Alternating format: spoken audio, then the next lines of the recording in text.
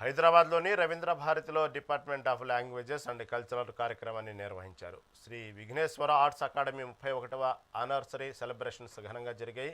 ఈ కార్యక్రమంలో అకాడమీ విద్యార్థులు తమ నాట్యాలతో ప్రేక్షకులను ఆకట్టుకున్నారు. ఇక ప్రోగ్రాంకు భారీ సంఖ్యలో ప్రేక్షకులు హాజరయ్యారు.